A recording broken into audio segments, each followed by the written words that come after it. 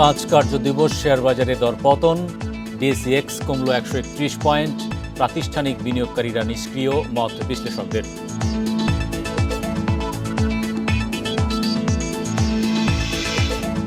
চট্টগ্রামে বে টার্মিনালের সমুদ্রভাগের অবকাঠামো তৈরিতে ব্যয় 13,500 কোটি টাকা, একনেকে প্রকল্প অনুমোদন।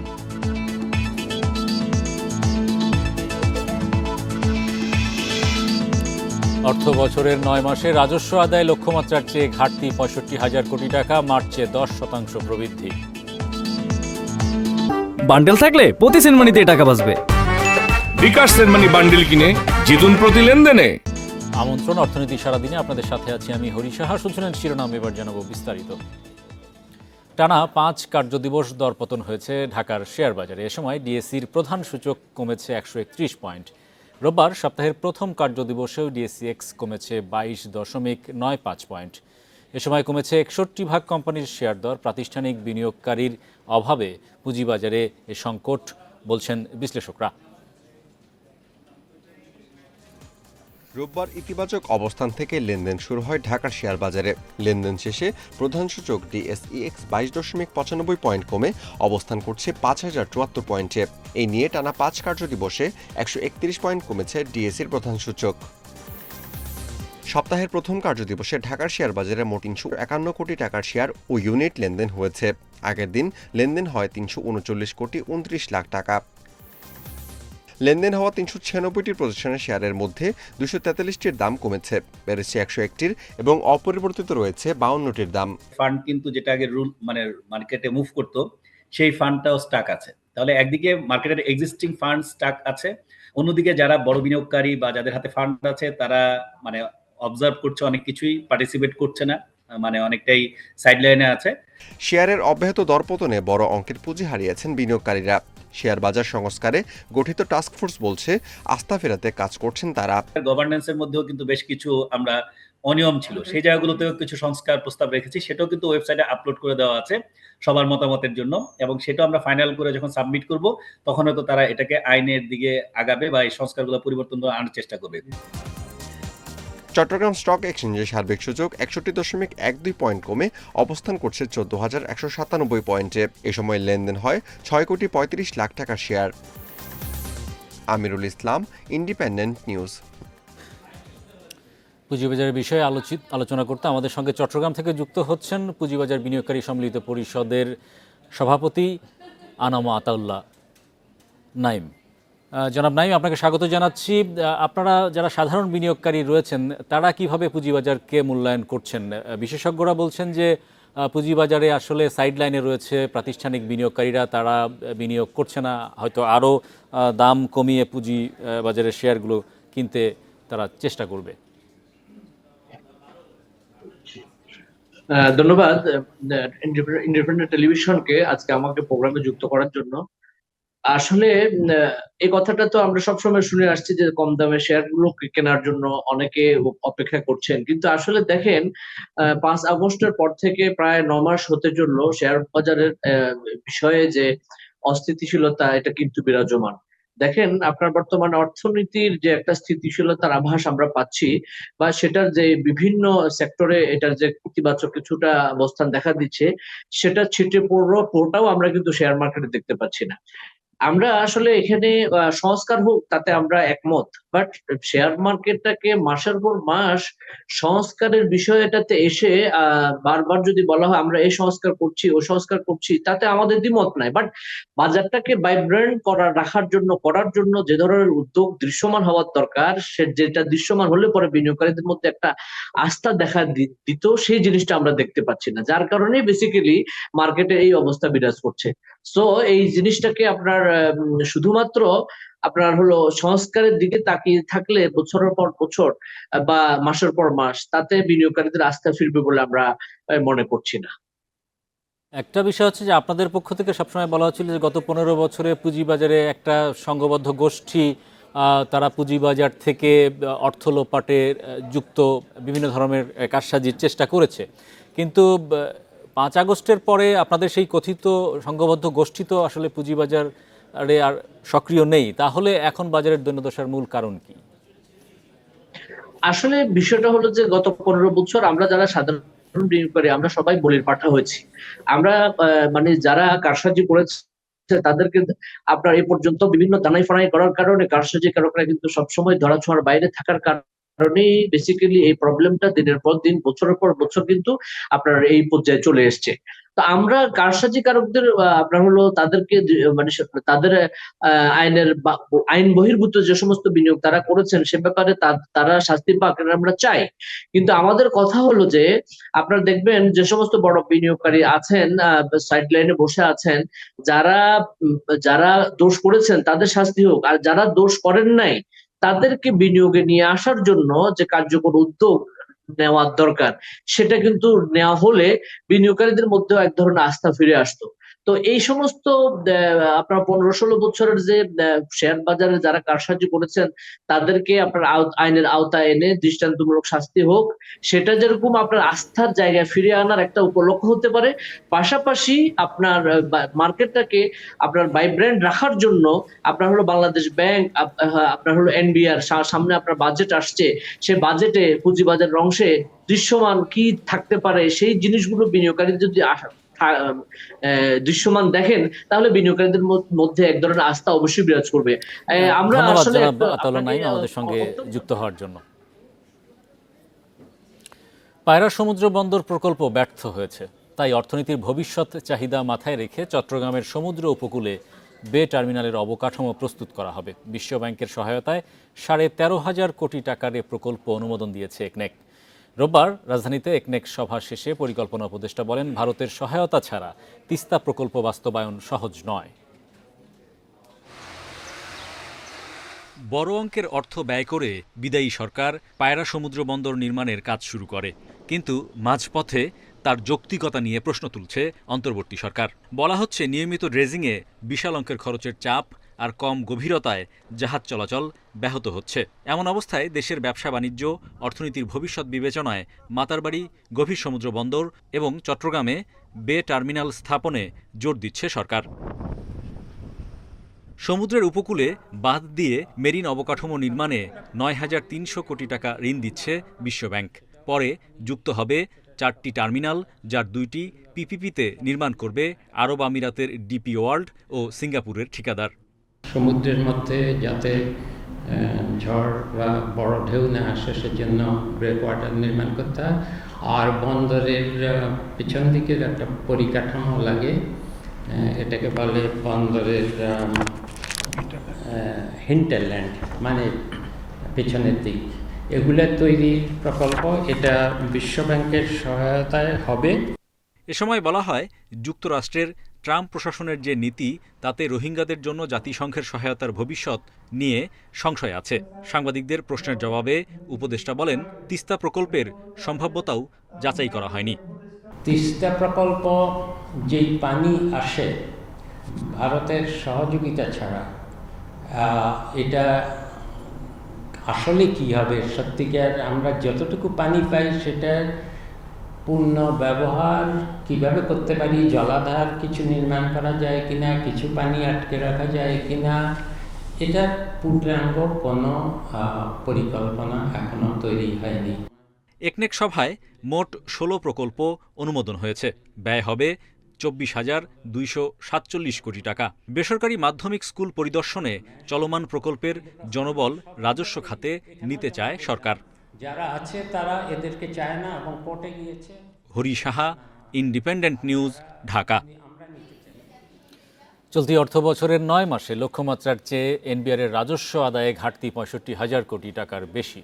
জাতীয় রাজস্ব বোর্ডের তথ্য মতে জুলাই-মার্চ সময়ে 3,22,152 কোটি 64 লাখ টাকার রাজস্ব আদায়ের লক্ষ্য ধরা হয়েছিল। আদায় হয়েছে 2,56,486 কোটি 84 লাখ টাকা। অর্থাৎ 9 মাস শেষে এনবিআরের রাজস্ব আদায়ে ঘাটতি 20.38%। লক্ষ্যের চেয়ে ঘাটতি থাকলেও গেল মার্চে রাজস্ব আদায়ে 10% প্রবৃদ্ধি অর্জন করেছে এনবিআর, যা গেল 9 মাসের মধ্যে সর্বোচ্চ। রাজনৈতিক অস্থিরতার কারণে ব্যবসায়িক কার্যক্রম বাধাগ্রস্ত হয়েছে, ফলে প্রত্যাশিত রাজস্ব আদায় সম্ভব হয়নি বলে মনে করেন সংশ্লিষ্টরা।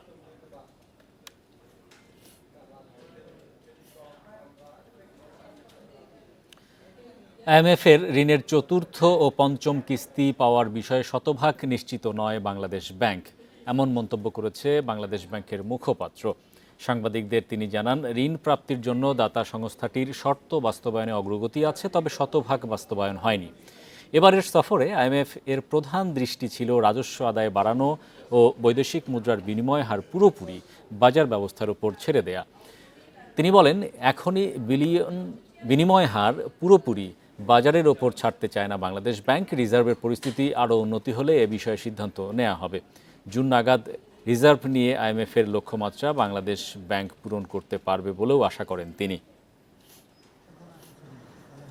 আইএমএফের ঋণ প্রাপ্তির বিষয়টা মানে শতভাগ নিশ্চিত হয়ে কিছু বলা যাচ্ছে না, কারণ যতগুলি বাই মার্চ যে সকল শর্ত পূরণ করার কথা ছিল, প্রতিটি শর্তেরই অগ্রগতি আছে, কিন্তু কোনো কোনো শর্ত শতভাগ আমরা লক্ষ্যমাত্রা অর্জন করতে পারিনি। এগুলি সবই যে বাংলাদেশ ব্যাংকের ইস্যু কিছু না, তা না, কিছু কিছু রাষ্ট্রীয় ইস্যু আছে। 15 বছর পার হলেও এখনও মানা হচ্ছে না পণ্যে পাটজাত মোড়কের বাধ্যতামূলক ব্যবহার আইন। এখনও ব্যবহৃত হচ্ছে ক্ষতিকর পলিথিন ব্যাগ। ব্যবসায়ীদের দাবি, সহজলভ্য না হওয়া এবং বেশি দামের কারণে পাটের ব্যাগ ব্যবহার করা যাচ্ছে না। আইন প্রয়োগে দুর্বলতা থাকলেও পাটের ব্যবহার বাড়াতে বরাবরের মতোই আশ্বাস দিচ্ছে মন্ত্রণালয়। পাট শিল্পের স্বার্থ রক্ষা ও ক্ষতিকর প্লাস্টিক ব্যাগের ব্যবহার সীমিত করতে 2010 সালে প্রণয়ন করা হয় পণ্যে পাটজাত মোড়কের বাধ্যতামূলক ব্যবহার আইন। কিন্তু যথাযথ প্রয়োগ না থাকায় এসব পণ্য মোড়কজাত করা হচ্ছে প্লাস্টিকের ব্যাগেই। চাল, ডাল, চিনি, পেঁয়াজ, আদা, রসুন সহ 19টি পণ্য এবং পোলট্রি ও ফিশ ফিডে পাটের ব্যাগের ব্যবহার নিশ্চিত করা হচ্ছে না। আমদানির বেশিরভাগ পণ্য আসছে প্লাস্টিক ব্যাগে, আবার দেশীয় পণ্য বাজারজাত করা হচ্ছে পাটের ব্যাগ ছাড়াই। দেশের বড় ভোগ্যপণ্যের প্রতিষ্ঠানগুলো প্লাস্টিকের ব্যবহার করছে বেশি। আইনের বাধ্যবাধকতার কথা প্রায় ভুলেই গেছেন ক্রেতা বিক্রেতারা। পাটের ব্যাগের চটগুলি বানানোর জন্য ওই সুযোগ সুবিধাটা দিবে, যখন ওই মালটা বাজারে আসবে এই মালটা ব্যান হয়ে যাবে। এনে মুখে বলে কিন্তু কাজে তো কিছু হয় না, কার্যকরী হয় না। পাটটা যদি বেশি ইউজ করা হয় তখন পাটের দাম তো একটু বেশি থাকবে, তখন তো কৃষিক্ষেত্রে ওনাদের একটু উন্নত হবে। দাম কম এবং এটা ইউজেবল বেশি, ঠিক আছে, মানে ইজি টু ইউজ যেটাকে বলে, কিন্তু এখন এটার বিকল্প তো ওইভাবে করে পায় না। পাটের ব্যাগ ব্যবহারে অনীহার জন্য সরকারি সংস্থাগুলো নিষ্ক্রিয়তাকে দুষছেন এ খাতের উদ্যোক্তারা। এখন থেকে যদি কিছুটা খরচ বেশি হলেও যদি আমরা দায়িত্ব নেই, আমি মনে করি সকলের সম্মিলিত প্রয়াসে আমরা যে একটা বড় ধরনের একটা চ্যালেঞ্জের মধ্যে পড়ে গেছি, পরিবেশের বিপর্যস্ত অবস্থায়, সেই জায়গা সেটা থেকে অন্তত রক্ষা করার একটা সুযোগ বের হবে। পাটের ব্যাগ যথাযথভাবে ব্যবহার না হওয়ার কথা স্বীকার করছেন মন্ত্রণালয়ের সচিবও। নানা চ্যালেঞ্জ থাকলেও সরকার সহজলভ্য ও সাশ্রয়ী মূল্যের ব্যাগ সরবরাহ নিশ্চিতে উদ্যোগ নিচ্ছে বলেও দাবি তার। আমরা জানেন যে সব ক্ষেত্রে অনেকগুলো চ্যালেঞ্জ থাকে। আমরা যখন করতে যাই, এই মুহূর্তে যদি আমি চালকলগুলোতে অপারেশন করতে চাই, তাহলে সেটা কি হবে না, সেটা অনেক ভাবতে হয়। এরকম এটা অনেক বিষয়ের মধ্যে জড়িত আছে, এক কথা এটা জবাব দেওয়া সম্ভব না। পণ্যে পাটজাত মোড়কের বাধ্যতামূলক ব্যবহার আইন অমান্য করলে 1 বছরের কারাদণ্ড, সর্বোচ্চ 50,000 টাকা জরিমানা বা উভয় দণ্ডে দণ্ডিত করার বিধান রয়েছে। Shahid Ahmed, independent news, Dhaka. ফ্রিল্যান্সারদের অর্জিত অর্থ সহজে দেশে আনতে স্ট্যান্ডার্ড চার্টার্ড ব্যাংক নিয়ে এসেছে ফ্রিল্যান্সার অ্যাকাউন্ট। কোনো ধরনের সার্ভিস চার্জ ছাড়াই এই অ্যাকাউন্ট খুলতে পারবেন ফ্রিল্যান্সাররা। রাজধানীর একটি হোটেলে স্ট্যান্ডার্ড চার্টার্ড ব্যাংকের ফ্রিল্যান্সার অ্যাকাউন্টের উদ্বোধন অনুষ্ঠানে ব্যাংক কর্তৃপক্ষ জানায়, সম্পূর্ণ ডিজিটাল এই অ্যাকাউন্ট খুলতে গ্রাহককে ব্যাংকে আসতে হবে না, ঘরে বসেই অ্যাপের মাধ্যমে অ্যাকাউন্ট খুলতে পারবেন ফ্রিল্যান্সাররা। এ সময় বক্তারা বলেন, দেশের 10.5 লাখের মতো ফ্রিল্যান্সার রয়েছে যারা বছরে ব্যাংকিং চ্যানেলের মাধ্যমে $1 বিলিয়ন বৈদেশিক মুদ্রা আয় করে। যদিও অনেক ফ্রিল্যান্সার বিদেশে অর্জিত অর্থ বৈধ পথে দেশে আনতে অনেক ভোগান্তিতে পড়েন।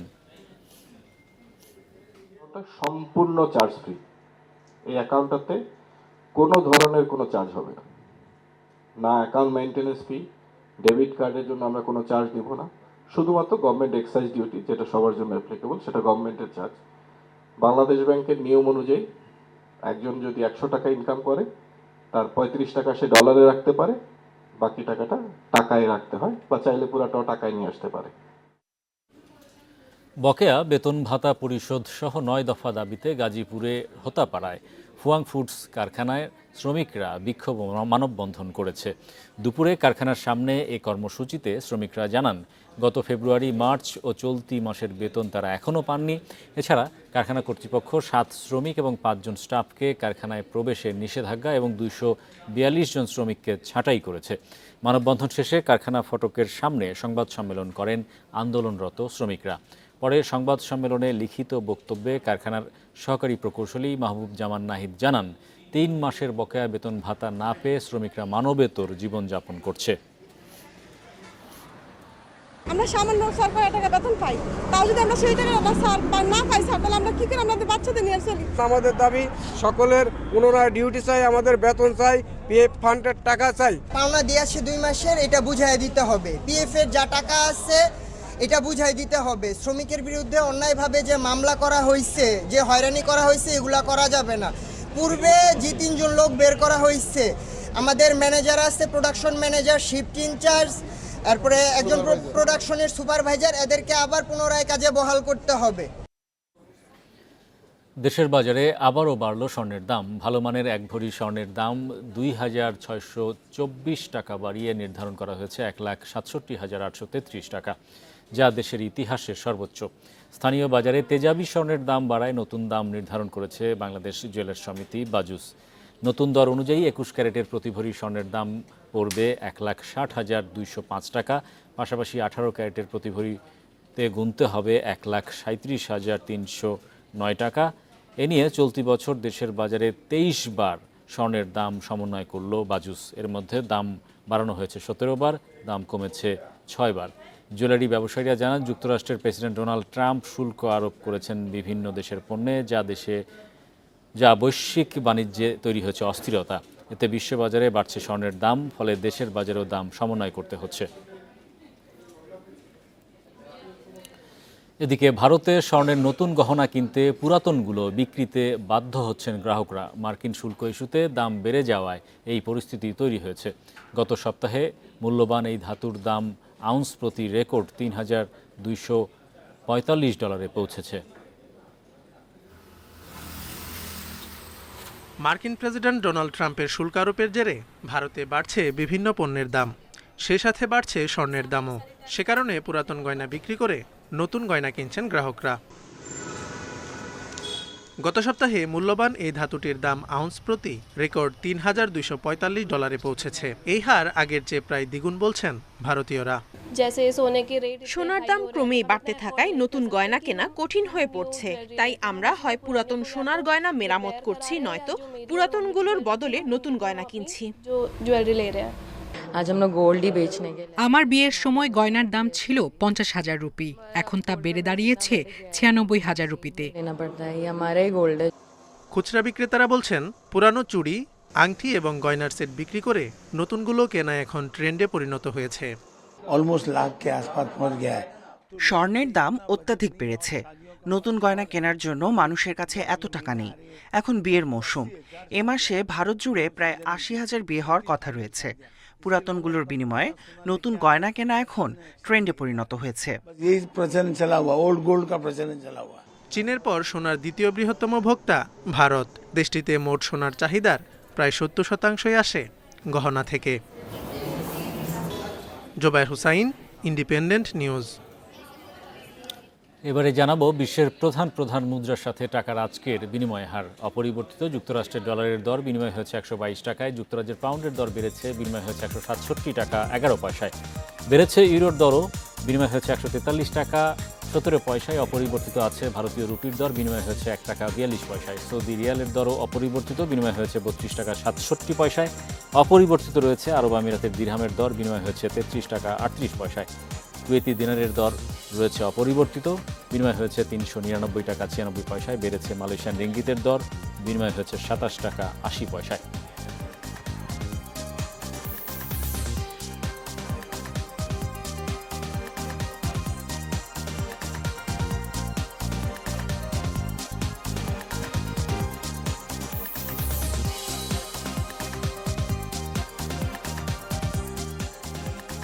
এই ছিল আজকের অর্থনীতি সারাদিনে। ইন্ডিপেন্ডেন্ট টেলিভিশনের সব খবর বিস্তারিত জানতে চোখ রাখুন ফেসবুক, ইউটিউব এবং এক্সে। আমন্ত্রণ আমাদের পরের আয়োজনে।